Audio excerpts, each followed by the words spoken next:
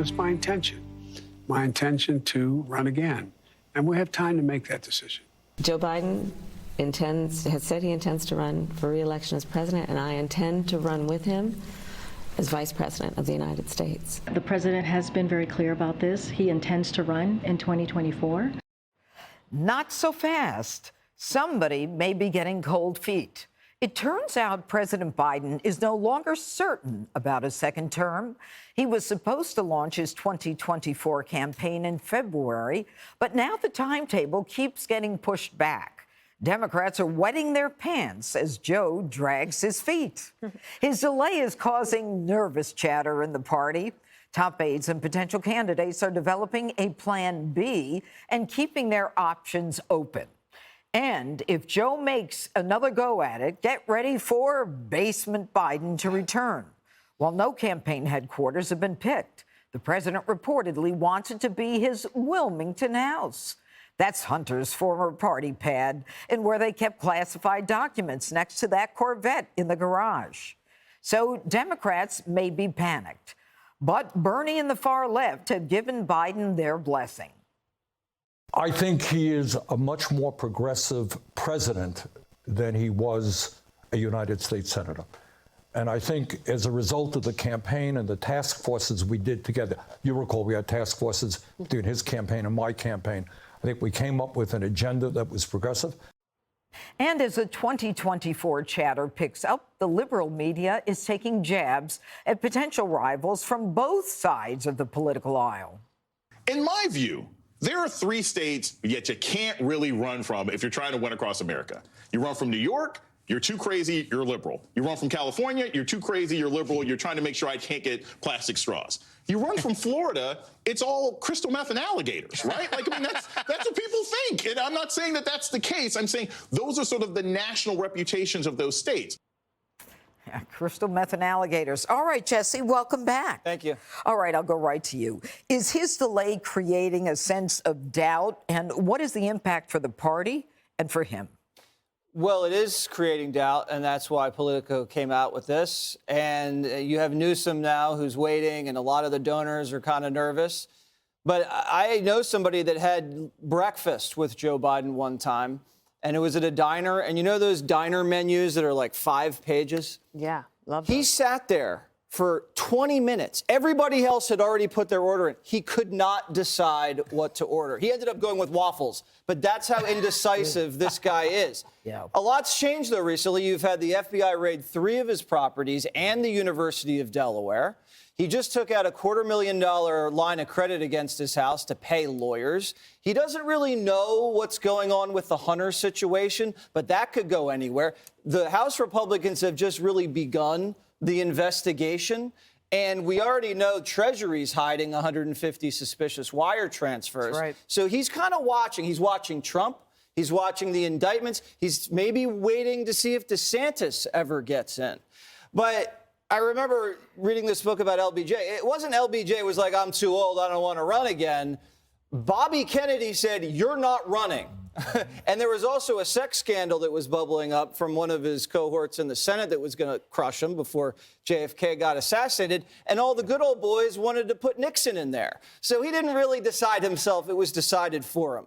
He also just took the physical. Now, I don't know what happened with the physical. They say he's fit and ready to rock, but the man just fell again on the steps of Air Force One. That's 4 times he's fallen with his dog, twice on Air Force One and off the bike. So there could be some things we don't know about, and I'm sure he doesn't want to leave things in the hands of Kamala Harris.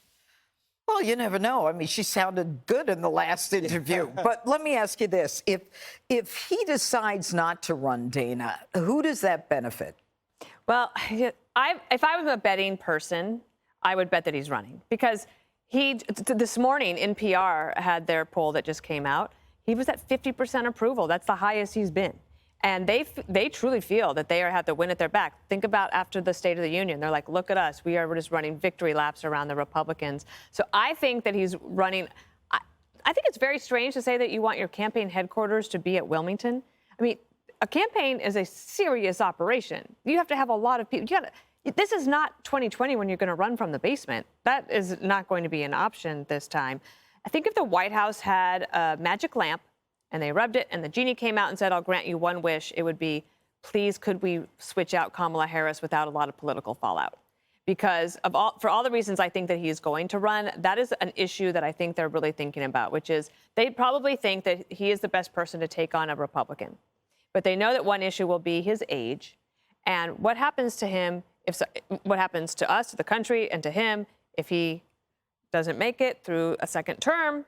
Kamala Harris would be your president, and I think that Republicans would be able to exploit that very well.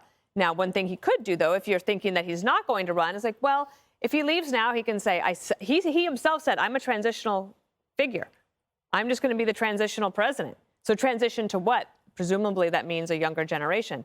But if that's actually going to happen, then somebody needs to get moving right away. Okay, Piers, from your perspective across the pond, what do people in the UK think of him?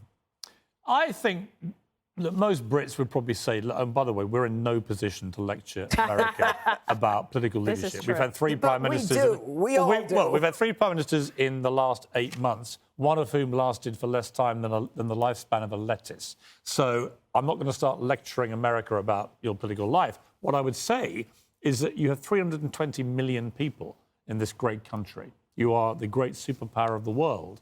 And at the moment, you are heading to a situation where the next election will be fought by a man who will be 86 if he were to win and serve that term, or a man who'll be 82 if it's Donald Trump. And I think most people outside of America think, really? That's the choice? That's the best you can come up with in America? The United States, brimming with talent and youth and vibrancy? So I think that's the general perspective of it. I mean, in relation to Biden, I think the biggest problem is only 37% of Democrats think he should run again. This is his own party, right? So the majority of his own party do not think he's run. But there are two questions, aren't there? One is, should he run? And one is, will he run? I think the answer to the first is no. I don't think he should. But the answer to the second is wild horses will not stop Joe Biden from running again. I can guarantee every tiny particle. And look at him. Look at his body language since the midterms in particular. He thought he was going to get flatlined. He didn't. Now he's got his gander up. He's out there. He's shouting a lot on the stump. I think it's guaranteed he's going to run. Got his gander up. Yes. Gander. Are you familiar with that phrase? That's No, right. I'm not. And you know, Brian, he will be the oldest and one of the lowest rated presidents to run for a second term. How do you think it plays out? Just on that same poll, NPR says 50% of Democrats and Democrats-leaning independents think they have the best chance to win with Joe Biden, regardless of the opponent, which is sad for the political process, I think.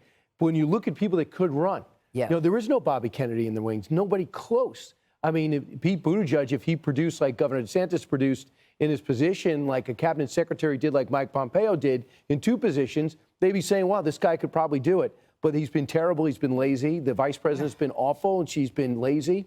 She's been given jobs and just ignored it. So they just say, look out, Gavin Newsom. He's got his ducks in a row. He's got this huge online presence. Phil Murphy of New Jersey says he'll definitely be thinking about taking the next step. Wow is right. Ro Khanna, who worked for Bernie Sanders, said, okay, if Joe doesn't run, Bernie's going to run, which means he's got no chance. And Ro Khanna hasn't ruled out him running, let alone for the Senate. These aren't stars. I think Democrats would actually agree with me. There's nobody here who's a star. The problem with Gavin Newsom is he's terrible. A terrible mayor who destroyed a city and a terrible governor who destroyed a state. And now it's in the red. He thinks it's great that he beat a recall. The fact that he had a recall is an embarrassment. So this is a bad time to go last. You guys all made brilliant points. But just in terms of who's next, I don't know. Well, the good thing about Newsom, he's got great hair, and he'll play that right to the end. I should have said that. I should have led with it. I think it's kind of That's my bad. Hi, everyone. I'm Brian Kilmeade. I want you to do me a favor. I want you to click to subscribe to the Fox News YouTube page. This is the only way that I know for sure that you're not going to miss any great commentary, any great news bites, any great interviews coming your way on Fox. You can get it all here on YouTube. So subscribe right now.